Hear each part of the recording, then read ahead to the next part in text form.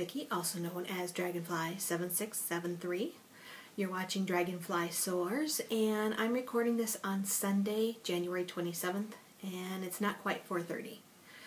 I am recording this on a Sunday because best friend has had kind of a crazy schedule, and so we haven't seen much of each other. So we're shifting things around this week so that we can spend tomorrow night together, whether we go out to dinner or just hang out and watch stuff on the DVR, whatever. But it's just every weekend he's been away, and at least 4 nights a week, so it's been kind of nuts.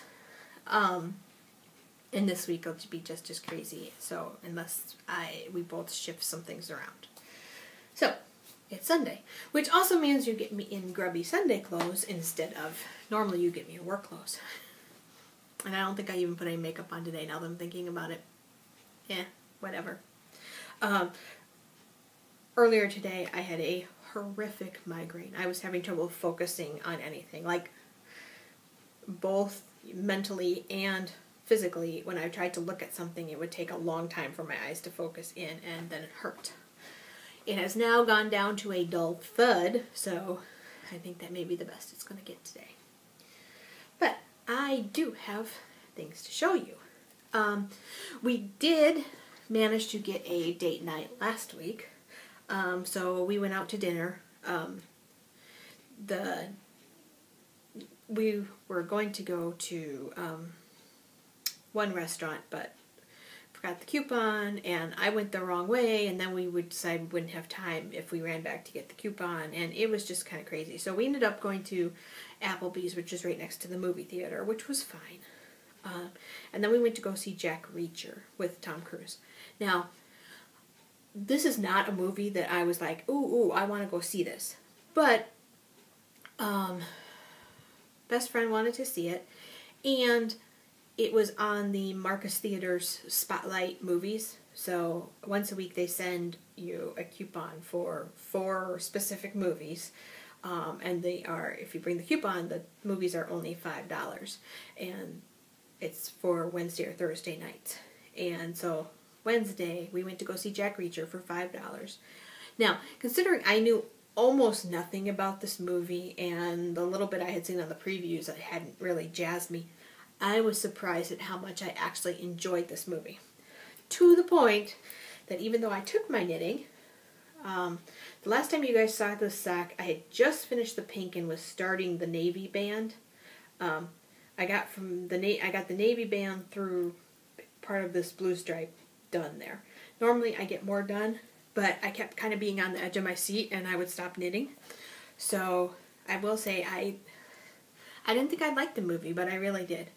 I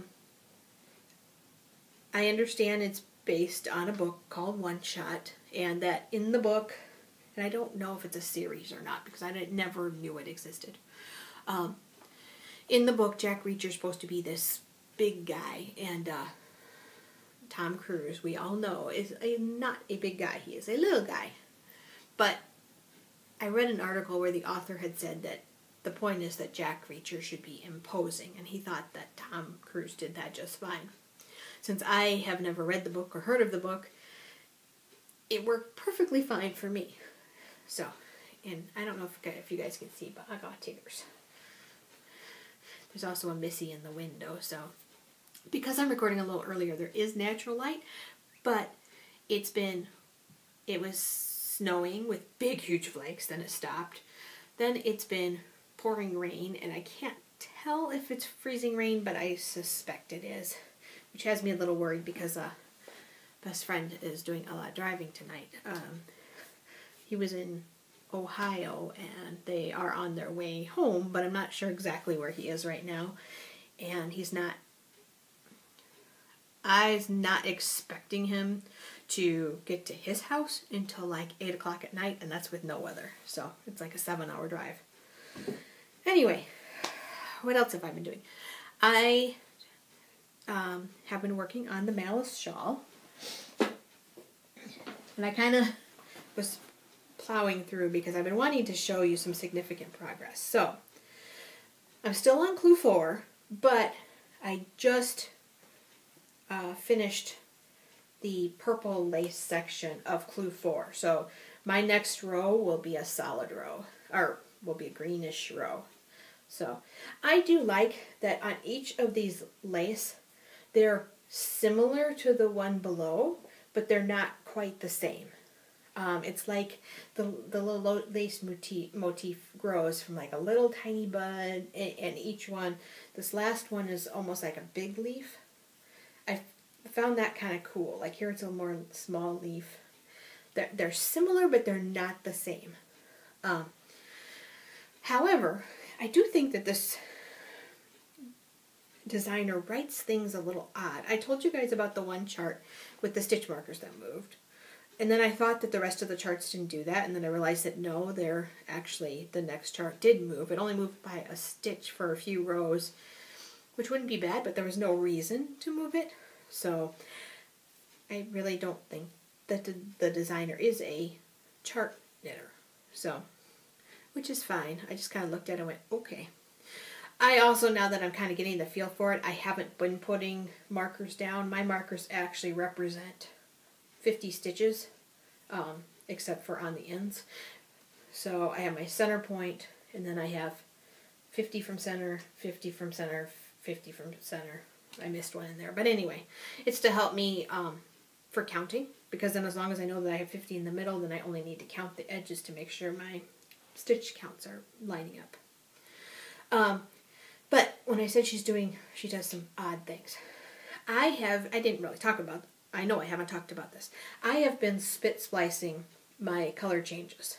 So I just, this is actually the green, but there's purple in it obviously. So I always cut the purple,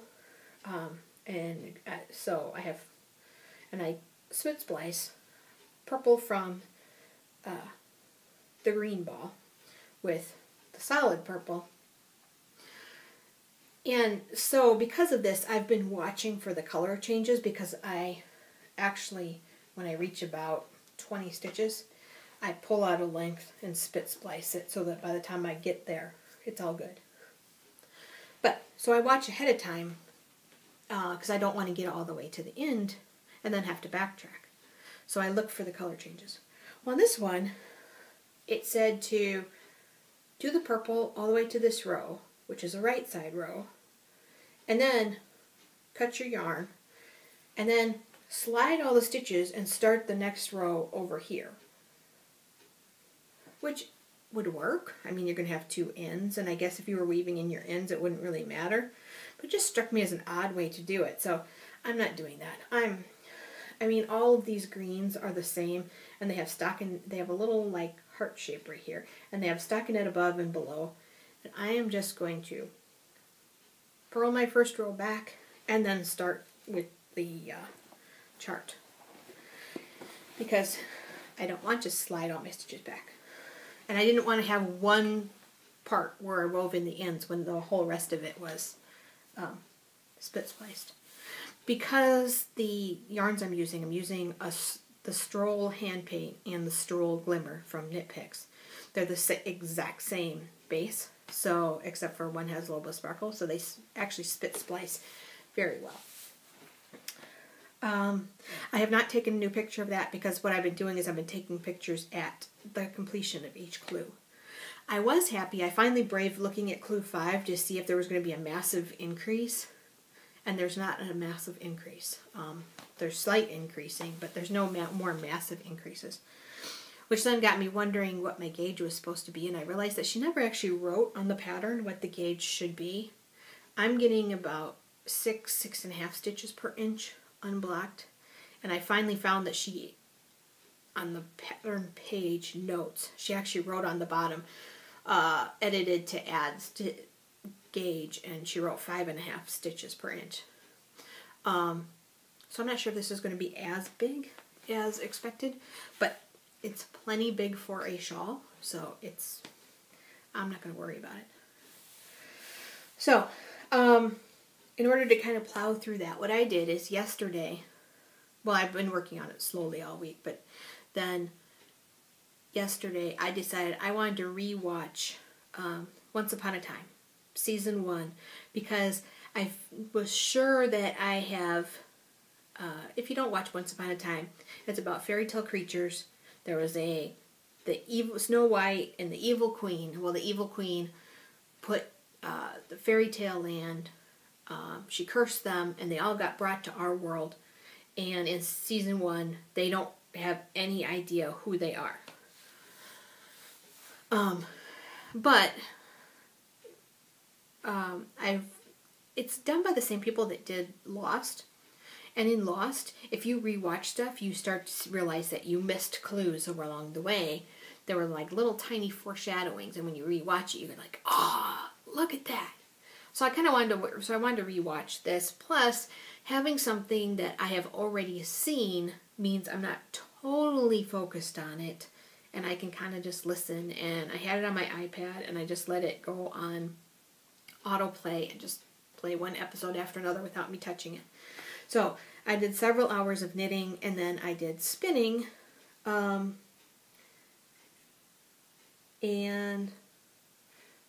I'm doing things out of order. That's okay. And then today I got done with the purple section on the knitting, and then I spun some more. So I have been spinning the fiber optic. I don't know where I put the other braid. I brought it up here. Anyway, this is the one. This is for the Knit Girls Spin Along. And Tiff assured me that the Knit Girls Spin Along goes through February. So I figured, why not do this? It does have a significant purple component to it. For our February birthstone amethyst color. Plus I wanted to do it anyway. So what is left is 2.3 ounces. So what's not here is already spun up. And what I did is the first part of this is all the what she calls the rouge color, because it was rouge to violet to cerulean blue. So all the rouge color is complete, and actually because it's a gradient, some of this purple has gotten through. So I'm going to show you a picture right now of what it looks like on the bobbin as of right before recording.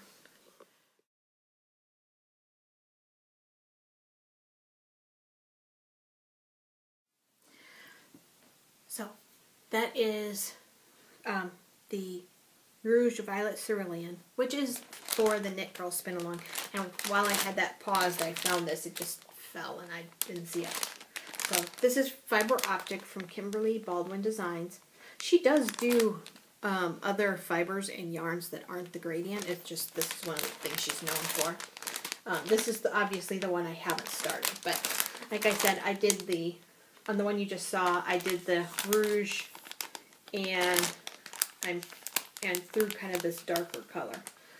So, and I'm going to spin both those braids separately, and then I'm going to two-ply them together. Which might be kind of interesting too, because my bobbins hold a lot, but I've never tried. I don't think they're going to hold 8. I don't think one bobbin's going to hold 8 ounces. But anyway, so if I'm spinning that means obviously I finished my Gale's Art alpaca and silk. So here is the Gale's Art alpaca and silk. I got 206 yards of a Navajo ply, and it is for the most part, a fingering weight. I'm really pretty proud of how thin this came out. Tiggy, you're moving the camera. Tiggy, stop. So the Gale's Art is done, and that was for our January garnet for Stone Along. And so I finished my garnet. I won't have anything else red this month. However, it looks like I'm going to have the possibility of a lot of purple in February. The birthstone along, I am going to close. What I'm going to do is I'll leave it open January 31st, and I have no intention of staying up until midnight. So when I get up the next morning, that's when I will lock the January thread, and I will open the February amethyst thread. And then next week when we record, it'll be February, and I will draw for the winner. Hi. You're very pesty. Rather than show you the prizes, I'm going to put the prizes at the end. And in fact, I think I'm going to keep doing that because I can just kind of make a little video snippet and just keep tucking it in. So, but I do want to show you, we had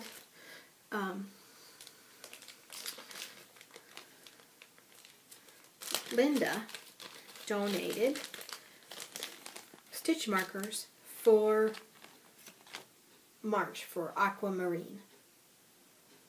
So there are 6 stitch markers like this. They are from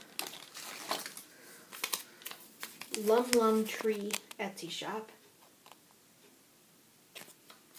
And they come in this beautiful case. So the stitch markers were in the bag like this. Of course, it just got full of air. This is not as easy with you in my lap. Anyway, this little satchel, it actually came flat, but I didn't close it very well. But there you go. So it just pulls with this little drawstring. It's 2-layered, and it's actually quilted on the bottom. So it arrived like this, and at first I had no idea what it was. I had to look on the Etsy shop and figure it out. So, and this part is quilted right here. So anyway, so you get the aquamarine stitch markers with the bag they came in. And I'm going to post a picture. I will post that at the end when I show all the prizes. So, we talked about, I'm sorry, dear, but you're kind of in the way.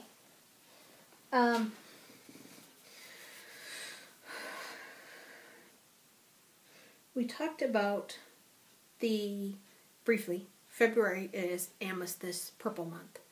So, and you guys also know we have the Snuggle project going on. And I had told you guys that I already did, I did this snuggle, which could have counted for February because it's got significant purple in it. But I wanted to get a snuggle done. And I gotta say, I am so proud. There are the big podcasters really leading the way are Knittables, Fiberista Files, Knitting on the Fly, and Wolf Farms.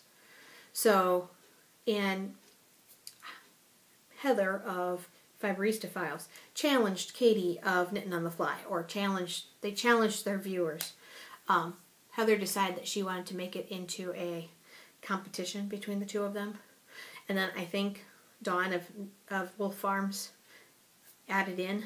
But anyway, those 4 are leading the way. I mean, they're just like, they got tons. They also have much bigger viewing groups than we do. However, when I checked this morning, we had 13 snuggles dedicated to DragonflySoars. Percentage-wise, if there was a competition for percentage, I think we'd be blowing them out of the water. I mean, that's really good. Now, I have said that because we are smaller, you can post snuggles even if you're not dedicating them to DragonflySoars, and you can post them for prizes. You can still do that. But I've been tracking on Sadie's for how many people are doing for DragonflySoars.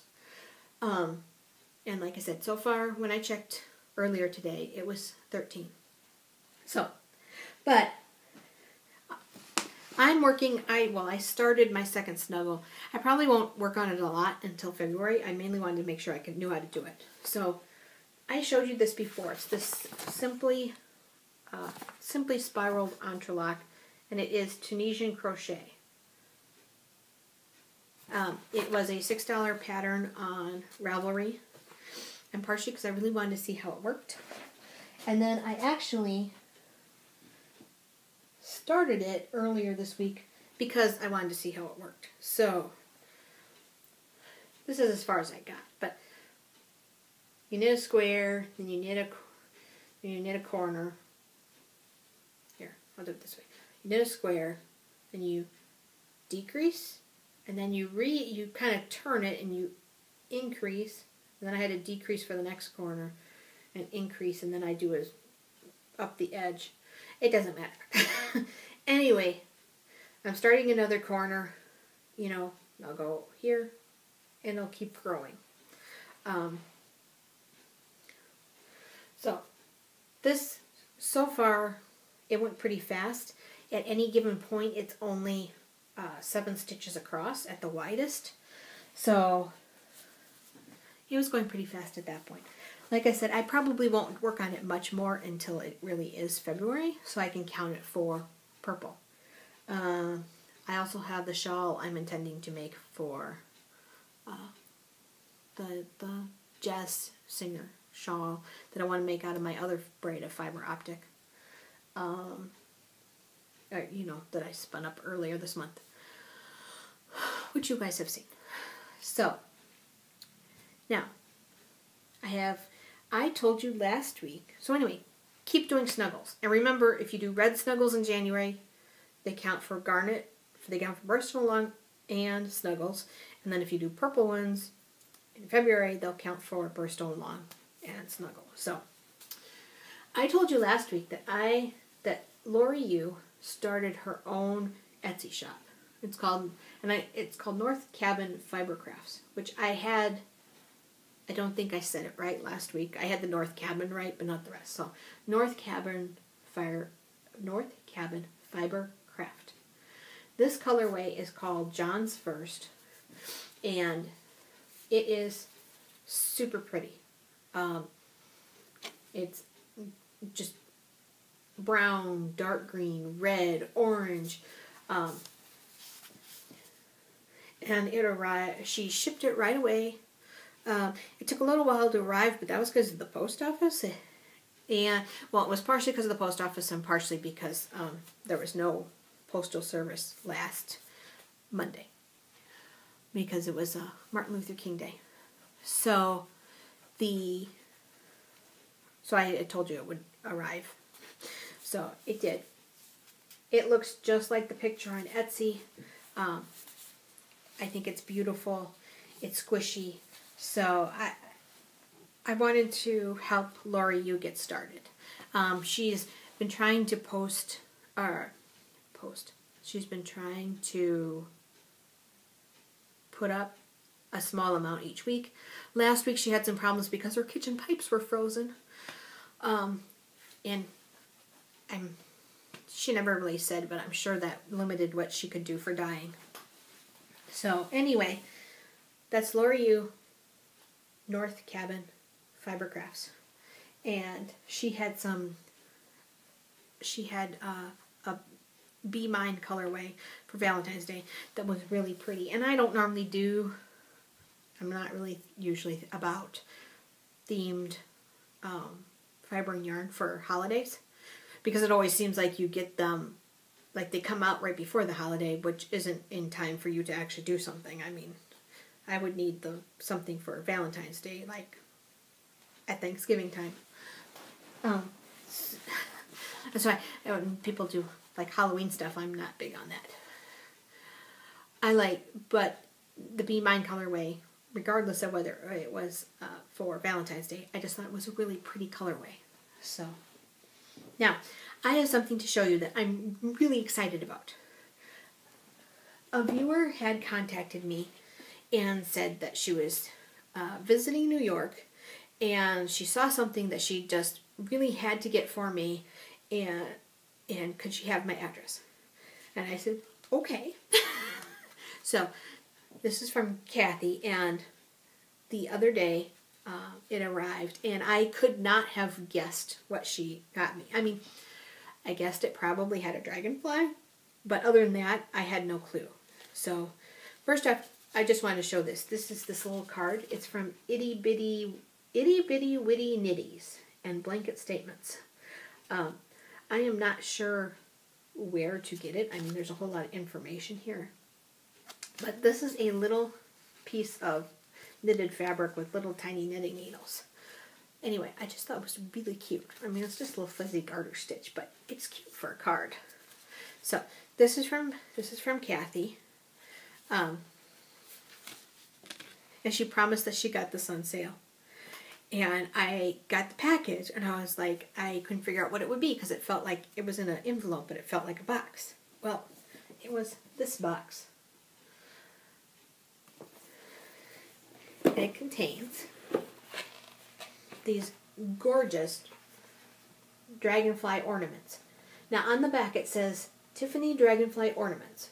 Beginning in 1898, Louis Comfort Tiffany adapted his method of making stained glass windows to the production of artful lampshades.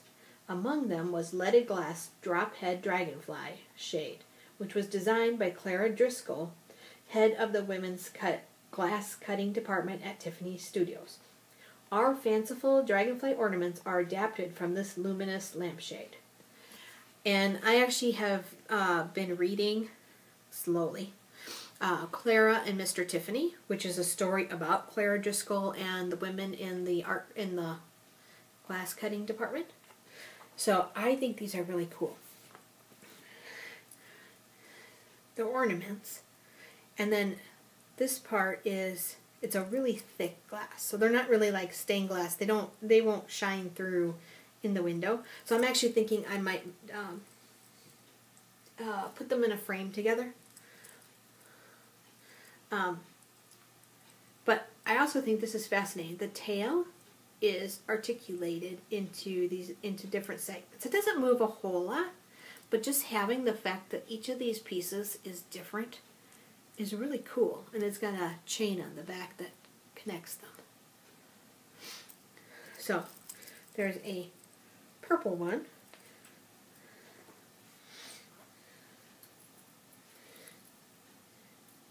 A green one with orangish wings.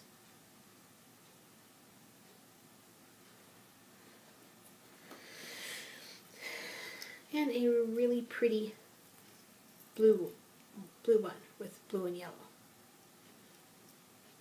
And like this one, his tail moves a little more than the other ones, but I just think, I was so excited. I actually called my mom at work and said, "You'll never believe what I just got in the mail."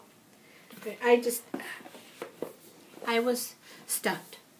So, this is from Kathy. And again, I got the stitch markers. Were donated by Linda. And I just can't tell you both how much I appreciate that. So, and somebody else contacted me and said they might have a donation for the for one of the months for the birthstone along too. So that is everything. So I am going to go and get this posted. Oh, I had something else to tell you guys. To anybody, if you watch this on YouTube, you're probably not going to know that it wasn't on YouTube last week, or this week. But I have been recently cross-posting from Blip to YouTube. And last week it wouldn't let me, and I couldn't figure out why, and I was really mad at it, and it took all night. And I finally figured out that Blip won't post to YouTube unless you are a YouTube partner and allowed to post longer than 10 minutes, which had me confused because I've been able to post longer than 10 minutes for quite a while now. Well, I finally went looking and found out that there is now an official thing called a YouTube partner, and in order to become a YouTube partner, you agree to put ads on your video. Now, when I post from Blip onto the blog, I don't have the Blip commercials at the beginning. There are some people who couldn't watch because their ad blockers would block the commercial and therefore they can never get to the video. And personally, I just find them disruptive. the 2 cents per view I get from seeing it that way isn't worth it to me. There aren't enough viewers watching it on the blog. And I know some podcasters, actually, that helps supplement their blip fees. That's great. I use Downcast because and download everything, and I don't watch anybody on the blog. And part of it is I don't like watching the ads, especially because after a while they're the same ones. So on Blip, I never use the ads.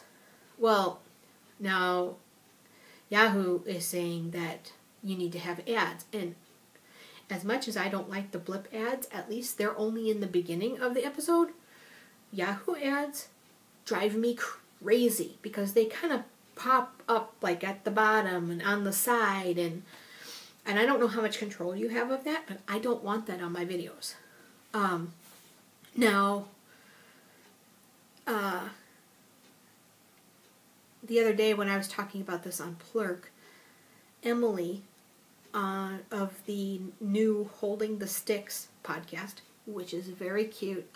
It's a hockey and knitting podcast, and I only saw one episode. It was her episode 8, I think, and she was talking about, she actually walked through some of the non-players that you see on the ice. It was good. Anyway, Emily said she thought you could still upload directly on YouTube. I haven't tried that. I was so mad that night, and then the rest of the week I didn't really have a chance, partially because I don't tend to log into my computer when I'm at home except for when I'm uploading, and I didn't do that the rest of the week. So I will try to manually upload the file to YouTube. She said that she actually takes the compressed one from Blip, downloads it, and then uploads it to YouTube. I'll see if that works. My only worry is that it worked just fine the prior week.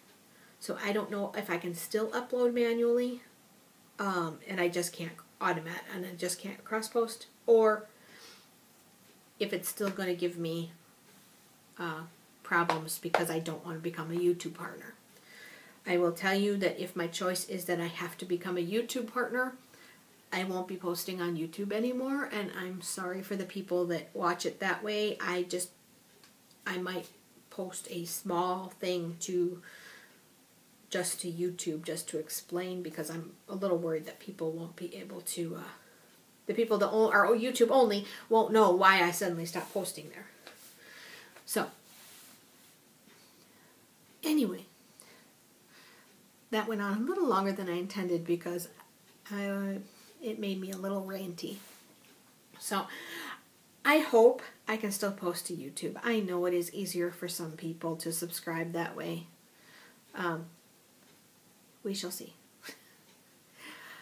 It seems like it's getting harder. There are some people who, when I signed up for Blip almost 2 years ago, I had no problem getting approved. Now there's recently been people that are trying to get approved for Blip, and they're told no, and they just aren't allowed to post there. Which means if you're not going on Blip, then it's hard to get on iTunes. So then they're posting on YouTube. But I don't know if they're running into the same issue.